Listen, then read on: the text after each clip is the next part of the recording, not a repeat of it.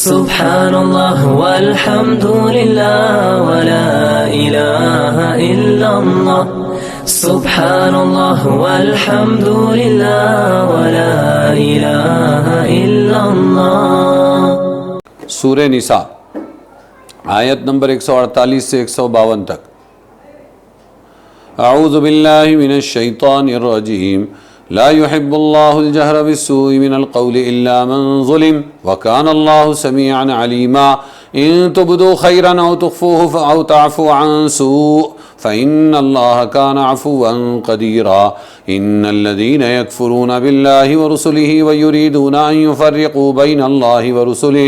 وَيَقُولُونَ نُؤْمِنُ بِبَعْضٍ وَنَكْفُرُ بِبَعْضٍ وَيُرِيدُونَ أَن يَتَّخِذُوا بَيْنَ ذَلِكَ سَبِيلًا أُولَئِكَ هُمُ الْكَافِرُونَ حَقًّا وَأَعْتَدْنَا لِلْكَافِرِينَ عَذَابًا مُهِينًا وَالَّذِينَ آمَنُوا بِاللَّهِ وَرُسُلِهِ وَلَمْ يُفَرِّقُوا بَيْنَ أَحَدٍ مِّنْهُمْ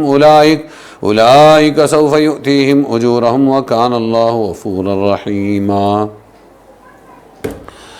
اللہ کو پسند نہیں کسی بری بات کا ظاہر کرنا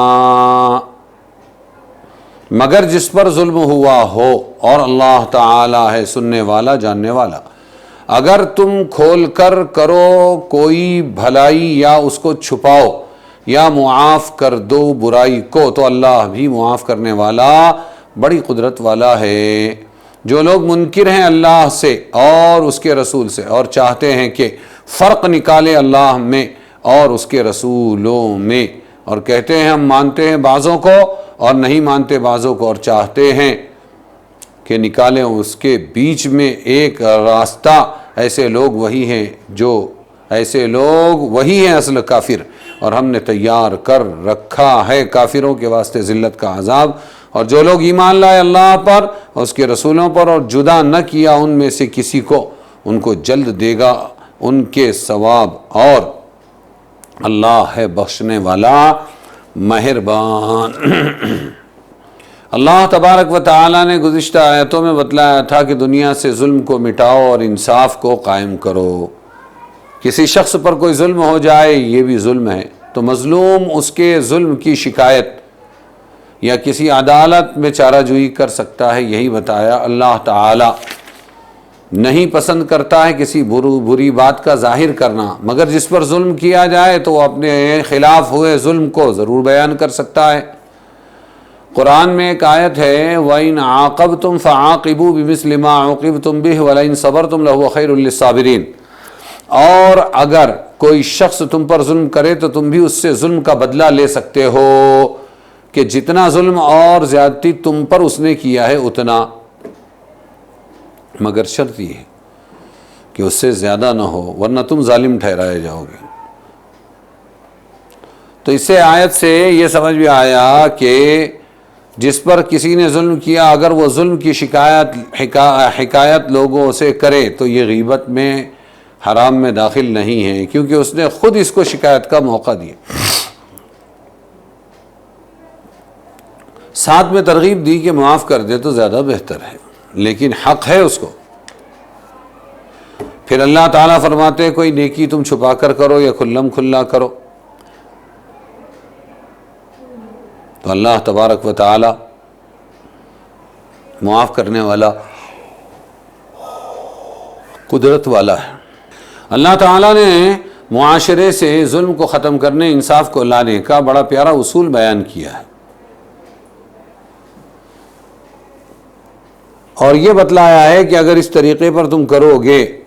اور اگر معاف بھی کر دو گے فَإِذَا الَّذِي بَيْنَكَ وَبَيْنَهُ عَدَاوَةٌ كَأَنَّهُ وَلِيٌّ حَمِيمٌ، تو معاف کرنے کی برکت یہ دیکھو گے جس شخص کے اور تمہارے درمیان دشمنی تھی اس طرز عمل سے وہ تمہارا مخلص دوست بن جائے گا۔ عدالتی فیصلہ اور ظلم کا انتقام لے لینے سے ظلم کی روک تھام تو ہو جاتی، محبت پیدا نہیں ہوتی، پھر باہمی جھگڑے ہوتے، اور یہ اخلاقی درس جو قرآن نے دیا اس کے نتیجے میں ایک گہری اور پرانی عداوتیں دوستیوں میں تبدیل ہو جاتی ہے۔ اور یہ بھی بتایا ان آیتوں میں کہ جو شخص اللہ کو مانے مگر اس کے رسولوں کو نہ مانے، یا بعض رسولوں کو مانے بعض کو نہ مانے، وہ اللہ کے نزدیک مومن نہیں بلکہ کھلا کافر ہے، جس کی نجات آخرت میں نہیں ہو سکتی۔ مدار نجات اسلام ہی ہے، کوئی دوسرا مذہب نجات نہیں دلا سکتا، یہ بات کھلے طور پر بیان کر دی گئی۔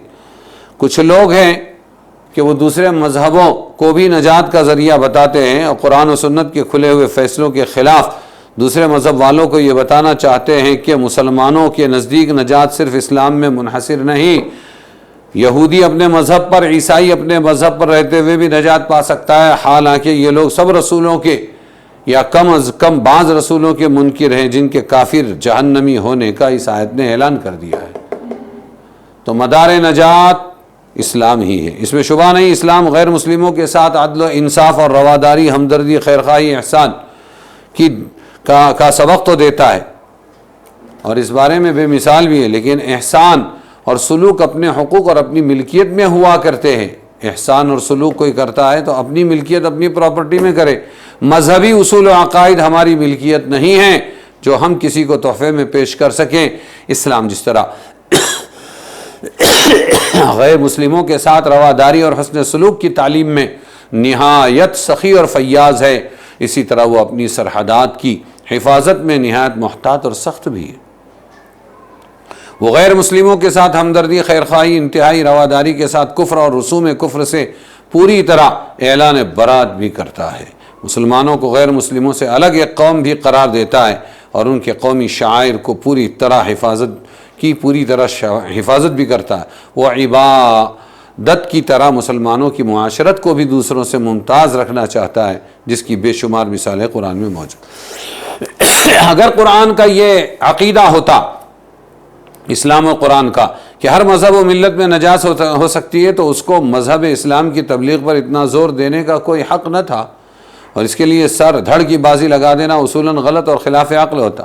بلکہ اس صورت میں خود رسول صلی اللہ علیہ وسلم کی بعثت، قرآن حکیم کا نزول معاذ اللہ بیکار فضول ہو جاتا، اور رسول کریم صلی اللہ علیہ وسلم خلفائے راشدین کا سارا جہاد بے معنی بلکہ ملک گیری کی ہوس رہ جاتی۔ اس معاملے میں بعض لوگوں کو